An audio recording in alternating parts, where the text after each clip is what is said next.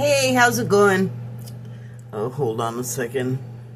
This is maybe just a little bit louder than I would like. Okay, there we go. Oh, and I forgot something. Okay, I don't know when I got so obsessive, but I didn't have all of my stuff exactly right before I started. So I pulled some cards and hold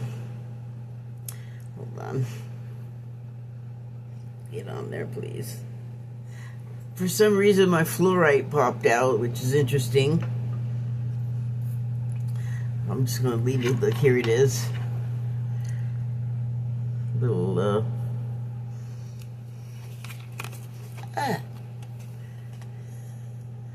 there.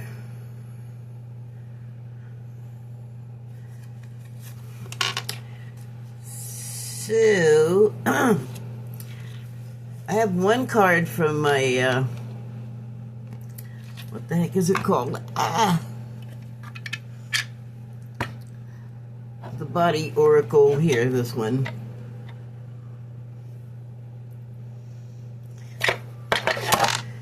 Okay, calm down. And it is the Embryo card. And the subtitle is Origin. Makes sense. Return to the beginning.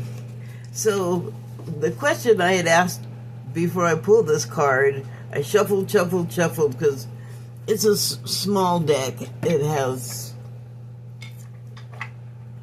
Shoot.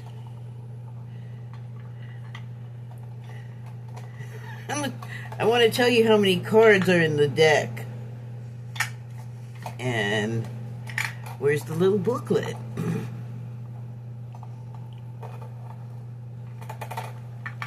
There it is. Doesn't even say. If I had to estimate, like 40 something, maybe. I'll have to count.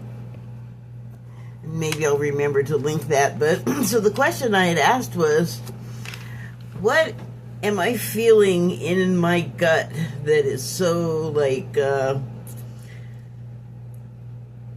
don't know, like, it's like psychic pancakes, because I actually am not at all a fan of pancakes, even though I'm a total ant as far as liking sweet stuff. But I call pancakes gut bombs, because after you eat them, it feels like you have eaten one of those, or several of those round weights that they put on the end of barbells. Those big black circles. That's what pancakes feel like once I've eaten them. And so, it's just heavy, slowly digesting, like slowly going through the process of, you know, making your stomach protrude, and then, you know, it moves through the intestines, and sort of eventually you deflate. But it's an uncomfortable feeling. And I suppose that metaphor came to mind because I have never given birth. I've been pregnant, though, and not for too long, so I didn't have that whole protuberant belly situation. I just have that now because I like sweet stuff. But anyway, the fact that I pulled this card is like in the area that I was feeling the heaviness, and I kind of knew the answer when I asked it. Like, I didn't know, still not real clear on specifically what it's about. I just know that whatever the problem is, the root to it is to go all the way back to the root. So back to the origin, back to the beginning. And I actually pulled these cards. The rest of them are from the Shaman's Dream Oracle deck. I pulled them probably, let's say, I think late, like early Saturday morning, like 1 or 2 a.m. And in the interim, it's now Sunday, I had a lot of interesting sort of things come across my feed on YouTube. And then also in my life, there was some situation that I caused it. Like, no, I'm not like trying to get out of anything. And I made it uncomfortable for myself and for another individual that also lives here that is involved. And at the time I said it, I saw someone that I don't know, like, to talk to at all, but I have seen this neighbor before. And actually, it's the same situation with that guy as it is with this other person. Only the other person I see a whole lot more. And the issue is the person would always walk by me and just be eyeballing. Like, if we were both going in opposite directions on the very narrow footpaths here, that person would walk by me and be looking me right in the eye, like fully eyeballing me when they walk by. And my initial reaction always is, when someone does that, you greet them. You know, I'm not saying like be hostile or anything, or like aggressive. I'm saying greet, as in hello, hi, how you doing? And I've done that over and over with this person number one, for like a couple of years, and rarely have I gotten a response from this person. Sometimes the look on the face is hostile, which, I mean, it could be any number of reasons that I would be getting this reaction, this particular reaction from this particular person. But person number two, same thing, eyeballing you the whole time. And then this guy, when I said hello, their face got angry, like, just so disgusted with me. And just I don't know if you're familiar with cats, like when they're like just done with something, or they're like done pooping, they will do a digging thing with like their front paw or their back feet, and it's just a definitive show of, I am so done, or I'm finished pooping. Either way, if they do it to you when they're not pooping, it is definitely a remark, you know, it is a statement. So when I said hello to this guy,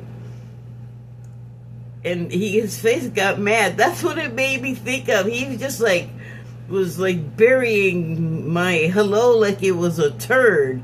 And I was like, okay, I mean, again, that could be for a number of reasons, but the more I think of it and get that kind of reaction to just saying hello, I think it's one reason, and it's that I'm not the right race to be talking to that person.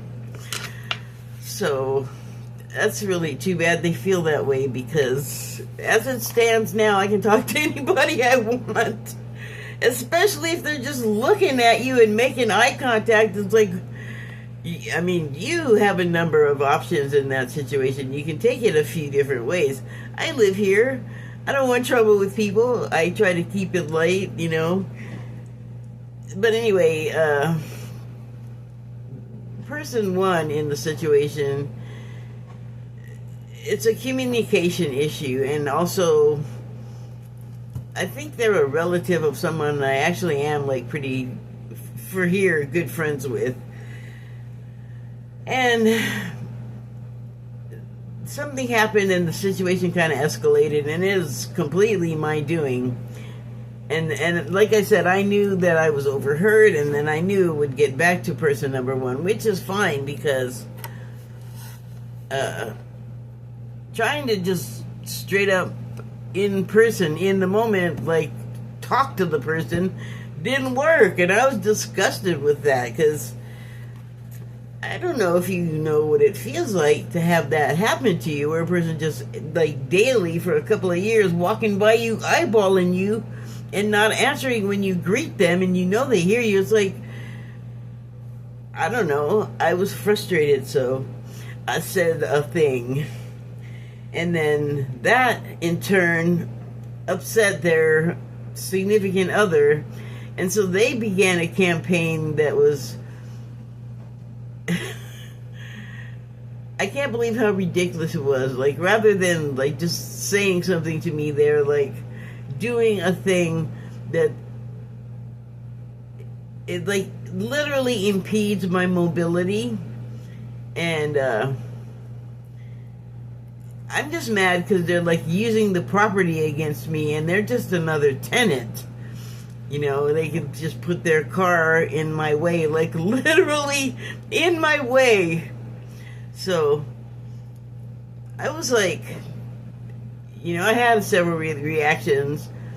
First was, like, surprise and dismay, because for the first 4 days, I did not know who this was doing that. And then, at some point, I became aware of, like, oh, I know who that is, and I know why that's happening. Like I said, I knew, having made the remark, was gonna it was gonna have repercussions. And you may have thought I was about to say, may have come back to bite me on the butt. I just can't look at it that way anymore. It's like, yes, I caused this to happen, but now I know something's coming, and now I have an opportunity to work it through to conclusion, and hopefully everyone is not unhappy anymore. And I was like, my initial response, like, impulse, was to, like, go, like, let me go talk to this person and try to apologize.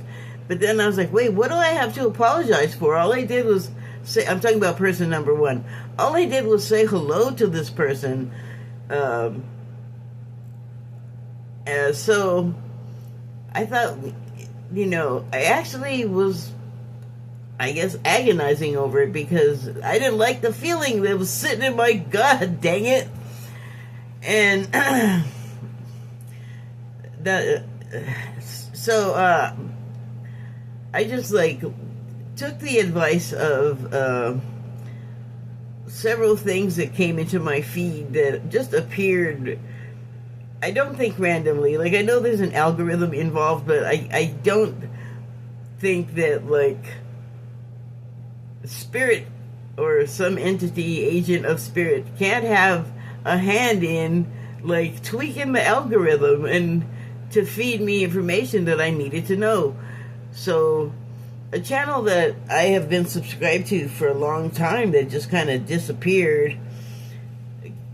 Stuff gets buried all the time because I'm always looking at something new, and so my subscription, I don't think my subscriptions even show all of the ones I have anymore. Like, if I go look, I don't think it shows everything that I've subscribed to. But anyway, this subscription came back, and I hadn't seen it. It looks totally different. I probably haven't seen it for like 4 years, and I'm just still subscribed to it, so yay, because it answered another question that was also causing a heaviness in my gut, and I talked about it here, which was, like, I felt like something was wrong at Anonymous, or with Anonymous. And so I put it out there to a couple of people. I just mentioned that it was making me feel bad, and I was dismayed by the fact that people that would have been called QAnon like 10 years ago or so, I guess they dropped the Q, and I have forgotten whatever they decided to change to. If they even said what it was, I'm just not sure anymore. But the knowledge that there was sort of a difference of opinion within the group was always there. And I thought, yeah, but something's still, like, really bugging me, and I can't quite put my finger on it. So I mentioned it in a couple of comment sections, and one comment section didn't answer, but didn't stop, like, answering me, like, with other stuff, or, like, responding to stuff that I had written positively.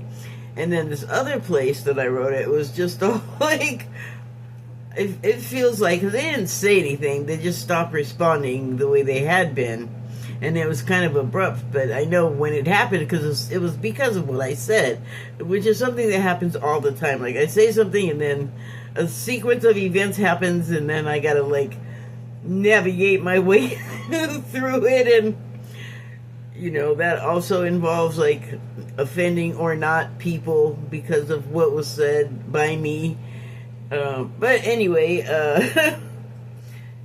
so clearly, neither of them agreed, and one of them really disagreed hard, I think. And I was feeling bad about that. And so before I went to the comment section and made the comment, and then even after, I took it back to myself, like, took it back to the root, took it back to the beginning, like the embryo of the thought. Whatever it was that got in my head that made me say, like, oh my gosh, something is wrong here. And it was like a heaviness in my gut, like a feeling of, like, I think this is real. Like I asked, is this just me, like, having some kind of weird problem with Anonymous, which I don't think I do have a problem with them. I admire what they do because it's like the right thing to do. But so I was questioning, like, is this authentic or is it me? And then I did everything I could to get a feeling of whether it felt right or wrong to have this feeling, and I couldn't dispel it. Like, I still feel like there's something there.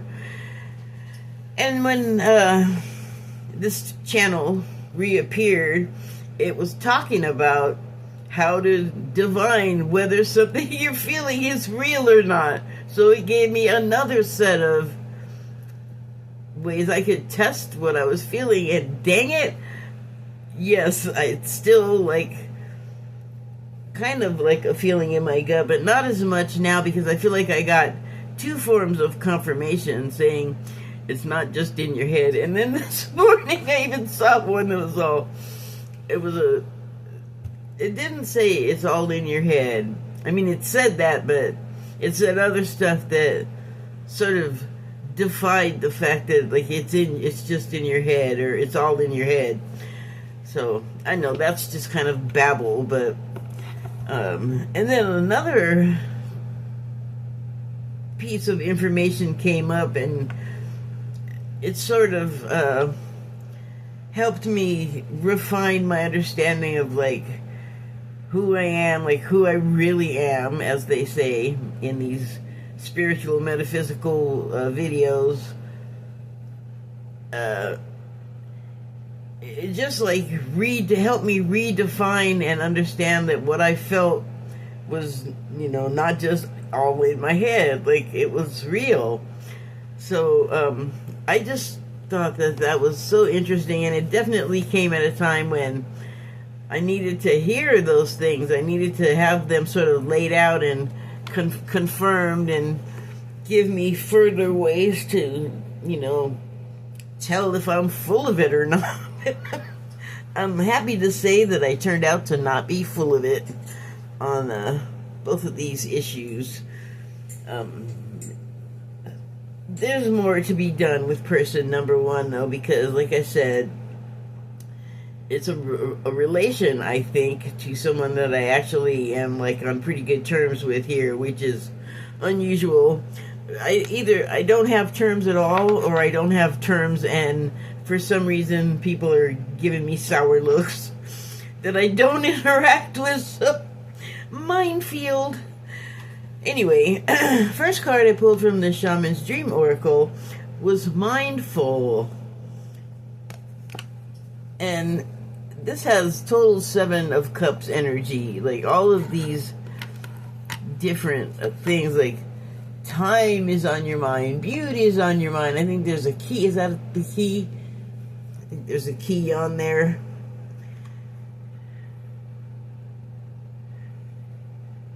Yeah, I think that is a key on a key ring.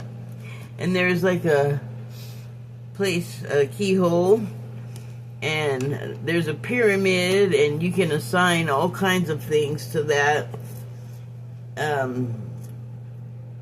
Actually, it might be a tree, or it might be an overgrown step pyramid, but both hold ancient knowledge, like a tree and an overgrown step pyramid. Well, it's the whole reason for putting the pyramid up in the first place has like a ton of meaning. You know, where it is and who the builders were add more meaning. It might have glyphs of some kind actually applied on it, would have meaning. Like, there's so much involved there.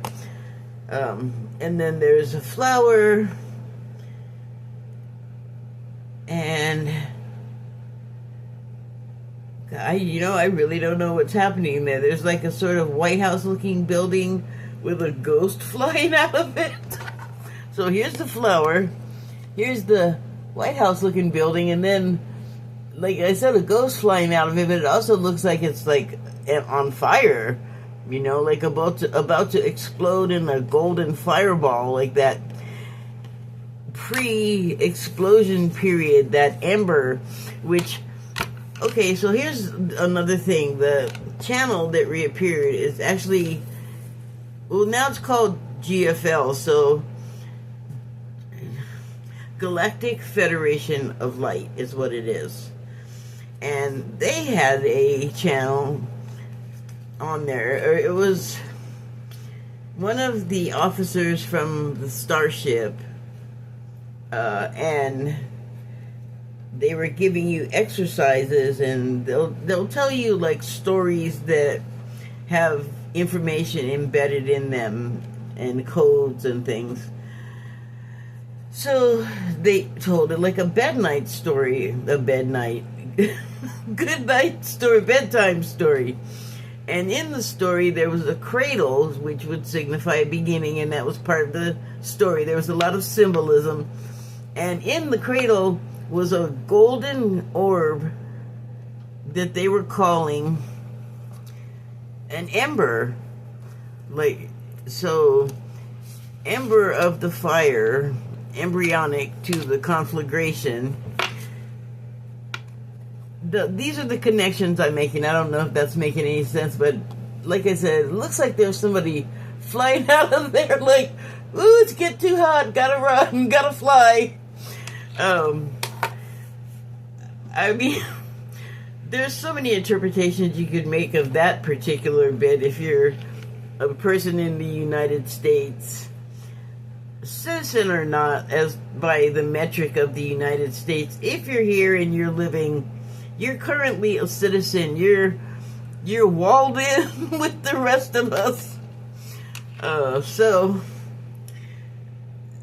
And also the busyness, I think, just also signifies like mindful, as you can see, not mindful, mindful, like overflowing too much. It's like overwhelm, it's overstimulus.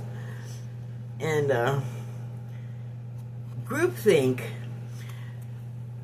to me, groupthink implies like cohesion and coherence. This is scatter. This is undivined information, like as yet to be understood. All of the things available now or have been available. I don't know. I guess showing is like make a decision. Enough with all of the scatterbrain. It's kind of making a mess for all of us. Oh, it's kind of making a mess for all of us that we all together as a group have to think about sorting out and straightening up for the benefit of all. Okay, so the next card is Dragon's Hoard. And the subtitle is Protecting the Future. So here is that whole maelstrom that I just was talking about, sort of gathered up and placed in a central location. and yet hidden and protected by this dragon energy. So it's like not necessarily like the dragon's hoarding it for itself.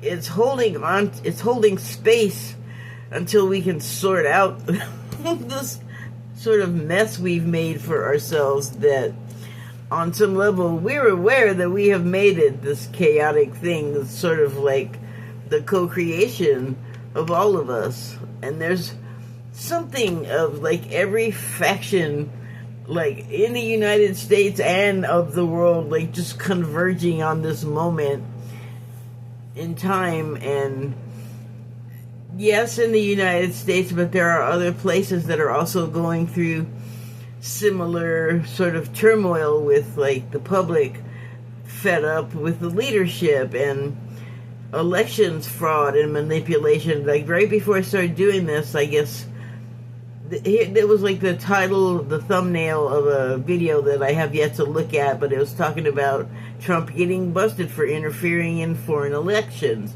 Well, that's what Elon was doing, and he wasn't even trying to hide it. So sometimes you gotta hoard away all of the stuff from like the sticky fingers and the, you know, the militias trying to take everything away and get it out of reach where like legality can straighten it out and fix it, because even that's under attack. Like, well, on one hand, it's like the Supreme Court has become like the president's own like lawyers or whatever. It feels like that's what he thinks, but he's also like putting other like judges in jail and defying law, and orders are coming down from on high in the administration to tell, you know, the legal procedures and processors to F themselves and F off. It's like, yeah, that's craziness. So some of it needs to be protected within a special layer. And some of it, by it I mean like rights of the American people and visitors to this country, like countries that have traditionally been allies. And yeah, there's a lot of craziness going on like outside as we sort things out. And so we're protecting the future there. That purple, like the purple of the violet flame, actually, which is good because that is very much connected to the future and sort of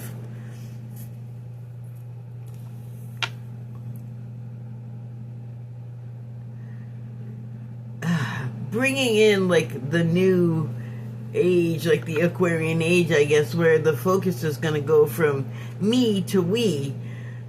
But, you know, changes can be chaotic, and that's where we're at. Like, birth can be chaotic and feel like life or death, and it is. It can be. So the next card is Fool's Embrace, transmuting pain. Okay, so we have a situation here in the United States, which is where I try to keep my remarks confined to, where we have a lot of differing, overlapping opinions, and some things as structures are collapsing, and that the ideals that sort of upheld the structures are turning out to be not what we thought.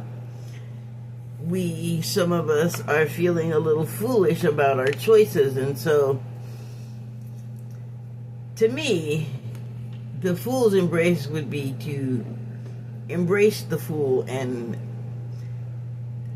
I'm just saying, like, in this metaphor, I'm not saying that someone that made a choice that you disagreed with for whatever reason, and because I'm not about like, oh, well, you effed around and are finding out, like, okay, there's enough of that out there, I don't need to add to that.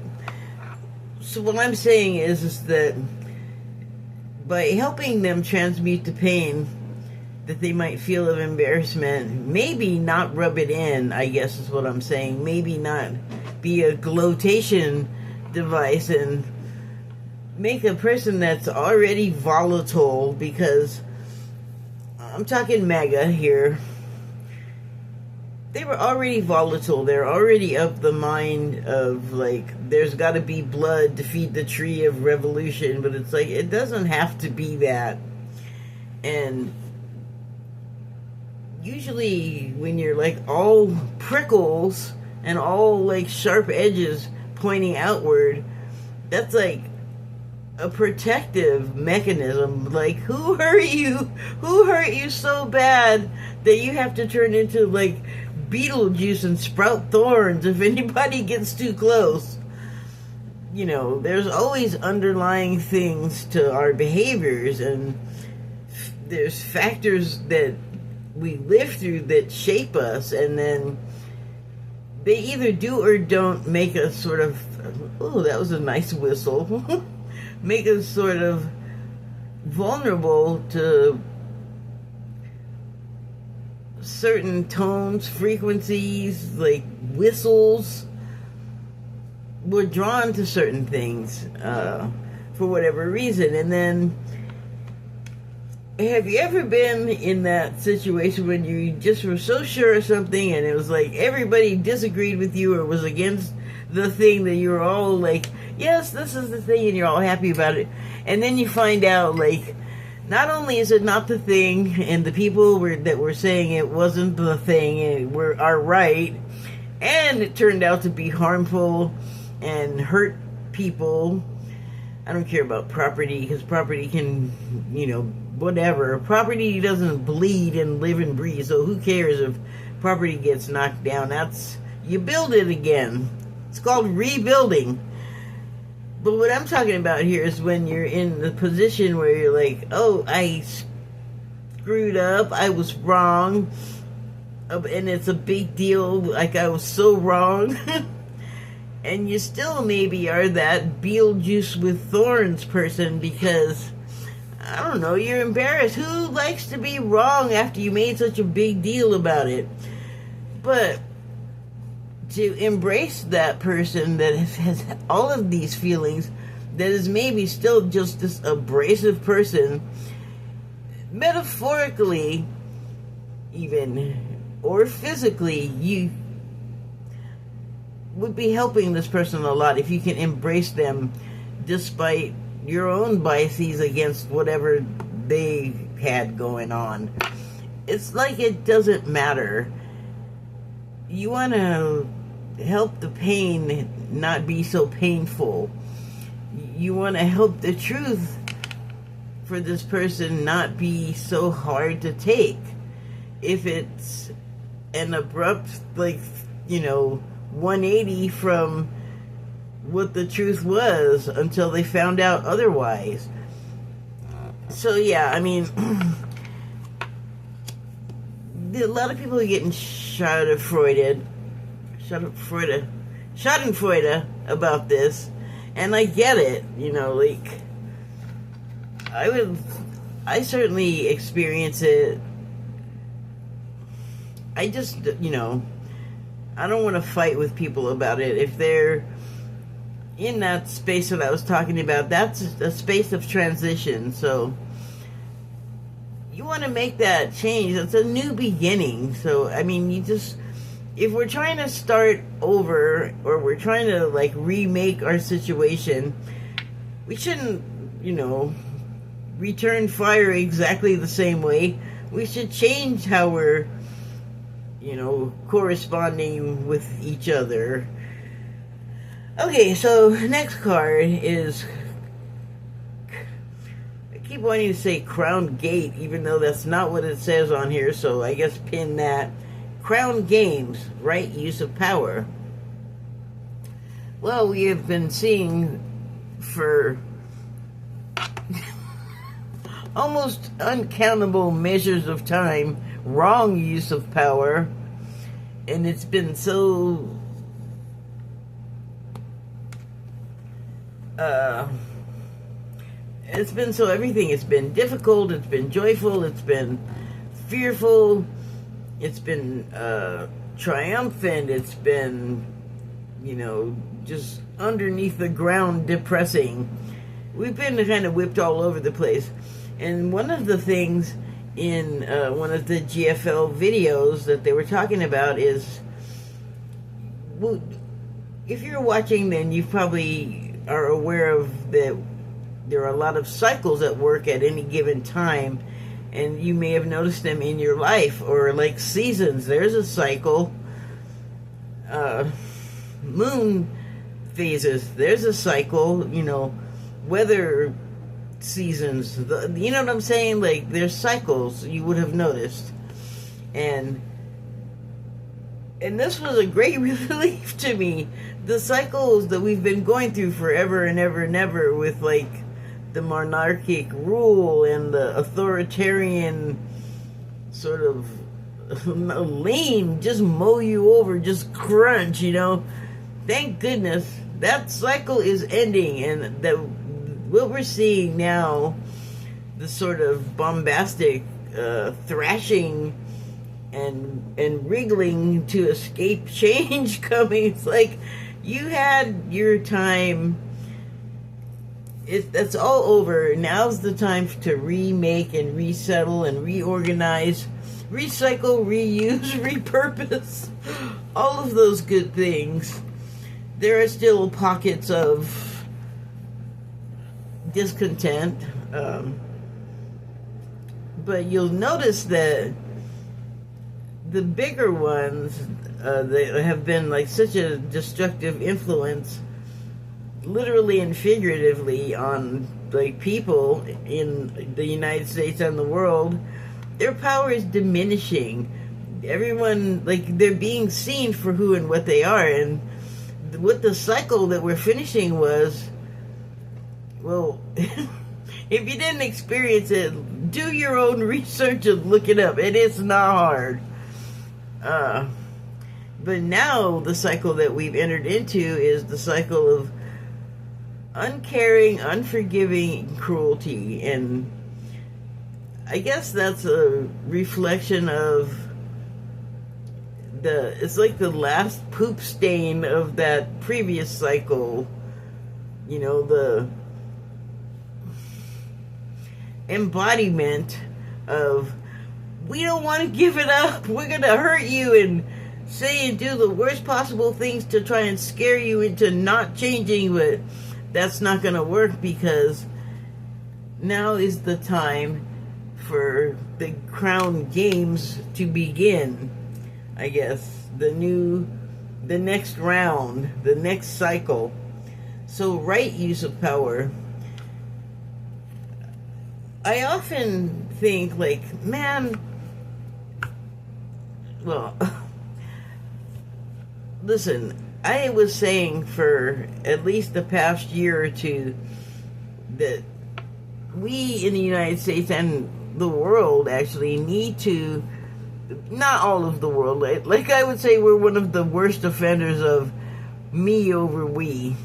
We have been the biggest purveyor, I would say, of me over we. Like, the me generation, and the greed is good, and capitalism has a corporate soul or whatever, like a real thing. And it's like, no one, I never bought any of that. I was like, it's you rich guys just trying to put one over on us poor guys again, and take, like, it's just they have nothing better to do with their time than do stuff that makes it hard. Like, just manipulates the people who have traditionally have less power, which equals money, because that's money makes the world go round. So the new game is going to be crowned by someone that fosters a we over me attitude. And a couple of things I've been hearing people talk about and have been in feeds that I actually did have a discussion in the comments in I think her name is Denise, and she reads auras. And so I was talking to somebody in her comment section because I had a dream a while ago about the White House being moved, and I thought it was weather related, but it could have just been like one of those things where, you know, a flood or an overflow of water is like a massive change, and it's got a lot of emotion involved in it. Like, the White House has a lot of history and emotion there, but me and these people in this comment section, this was like a couple of 3 years ago maybe, we're talking about when the White House was going to move, or it moving. Like, other people had also had this sort of vision of it relocating. And I saw it, how it was just completely remodeled into a different complex. And so I've been hearing talk of the original building becoming a museum, which was also in my dream. Like, the original White House in my dream was moved from its current location in D.C. further inland, and it was part of a whole park complex. Except the White House, the new White House, was not like a stereotypical presidential run White House. Like, people have been talking about panels and consensus groups, which I have also been talking about. Yay, I'm glad I'm not just nutty just saying stuff. It, like, confirmation feels wonderful. So we have a crown on here, and that is something that we are currently have a lot of talking about. Like, the person that has the use of the power, that has their hands on the levers, which is something I just published something about the wrong person having their hand on the levers, and then Trump made a truth, and he said that he was the one with his hand on the levers. I swear sometimes I think they read my stuff, and I don't understand why. I mean, please leave me out of it. So, anyway, in closing, this to me signals a good beginning to a new cycle, even though it's going to be having to navigate with the meanness and the cruelty. But what the post that I saw had to say about that is that is like the task of the ground crew, of like light bringers and light workers and all of the other titles, because there's a lot of people doing a lot of different stuff. So, I mean, catalog that if you want. I don't even have time or inclination. I just know there's a lot of us working at positive cross purposes. So, that's going to be what this cycle is about. Like, not necessarily convincing people of anything, because that's like trying to get a junkie to stop doing heroin by saying, hey, stop doing heroin. That's not how that works. And just quick, in a nutshell, they have to be the ones that want to do it. And that's kind of the situation we're in right now, is we just have to carry on and be good examples and do good work, you know, and get into good trouble, mainly just to show how it's done, to demonstrate that, you know, you don't have to be all worried about like who's got what, because if we all share it, everybody's got what, and then it's not a thing. You have nothing to be complaining about. You can just be happy. Okay, so obviously that's going to be about as easy and quick a transition as saying, hey, stop doing heroin, but you get the gist.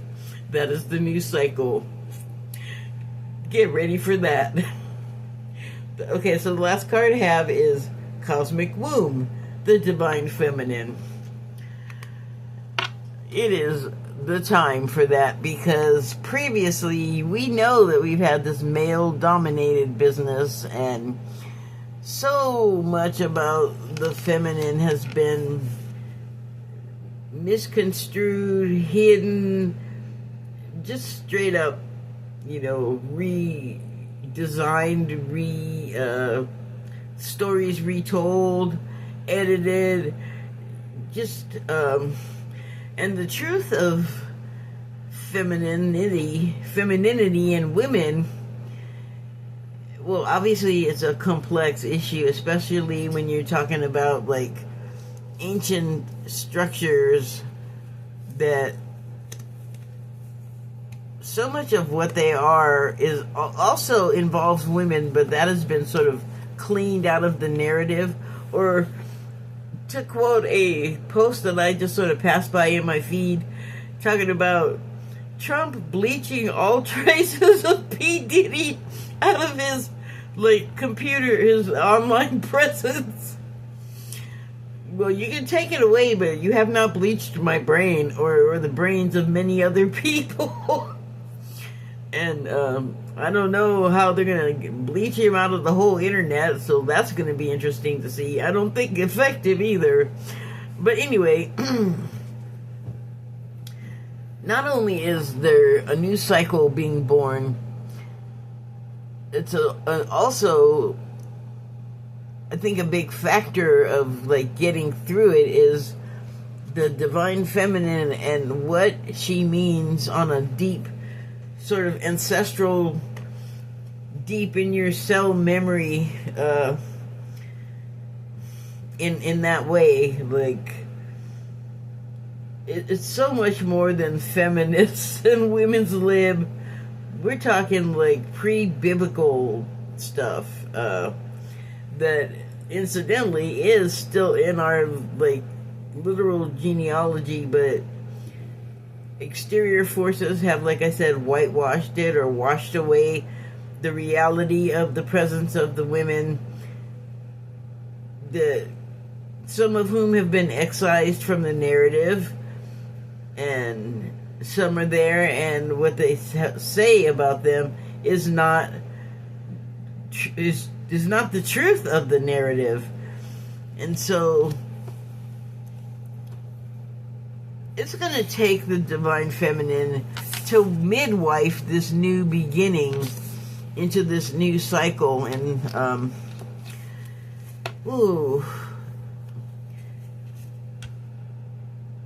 a birth, like I said, can be life or death, and this kind of is life or death for the souls of humanity. It probably sounded corny at the time, but Joe Biden was kind of right about it being, about there being sort of a battle for the soul of humanity. You'll hear it termed in a lot of different ways: the battle of good and evil, the battle of light and darkness. I could go with the latter, I think, best. That the light is going to be able to outshine the darkness. Just like here, it's larger, the light is larger than the darkness. And look at the light is shaped like a heart, sort of. And love is light, light is love. And that is something that we have a hard time giving to each other, even when we're in a relationship that's like a love relationship. We will still withhold that vital energy from each other. And that's what we all need to be giving to each other. It's free. We got plenty of it if we'll just give it up, So, okay, wow, that felt kind of heavy, but lighter. I'll tell you one thing, I don't feel like I had gut bombs anymore, so I guess I'm saying that to share with you that whatever you're going through, you're going to get through it your own way. And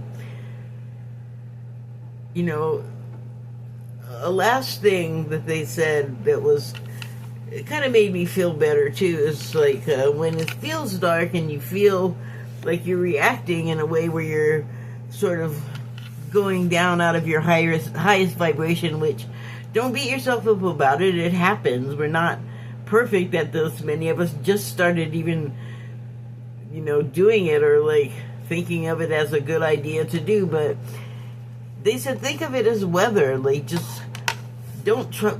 I know, I'm paraphrasing, so I'll just say it in first person. I know that you will have the impulse to jump up and go do something to affect a change, to, you know, make a difference. But sometimes, at least give yourself 5 minutes to sit there and breathe and, like, digest what you've just heard. Like, give the squall, the little storm, time to come through, like, and, you know, dump its little rain, and then, you know, the light will shove all of the darkness out of the way again, you know, once the cloud moves through, because that's what happens, you know. Like, you can have the best intentions and live the best life, but sometimes unfortunate things happen, or you're near someone that something happened, somebody that something happened to that's maybe not the happiest thing in the world, but not everything is, and that's okay too. That's not nothing. Everything that happens is an opportunity to gain through the experience something. Like, it may not be apparent what that is, like what good it is, like right in the moment, but that's not always the way things work. Like the White House moving, some people have said, oh, I don't see that happening for a really long time. Like, long, like Old Faithful exploding, which no matter what it looks like it's doing, it's not due to do anything that would be frightening and damaging for probably 1,000 years. So breathe easy on that one, and probably the other one. But even if it were going to explode tomorrow, hardcore, gnarly experience, but just another one, just yet another one to live through. And so the final cycle ended. Everything that needed to happen regarding that stuff has happened. Now we're into the next one. Buckle up, I guess, but it'll be all right. Everything's going to be okay. Thank you, and good night.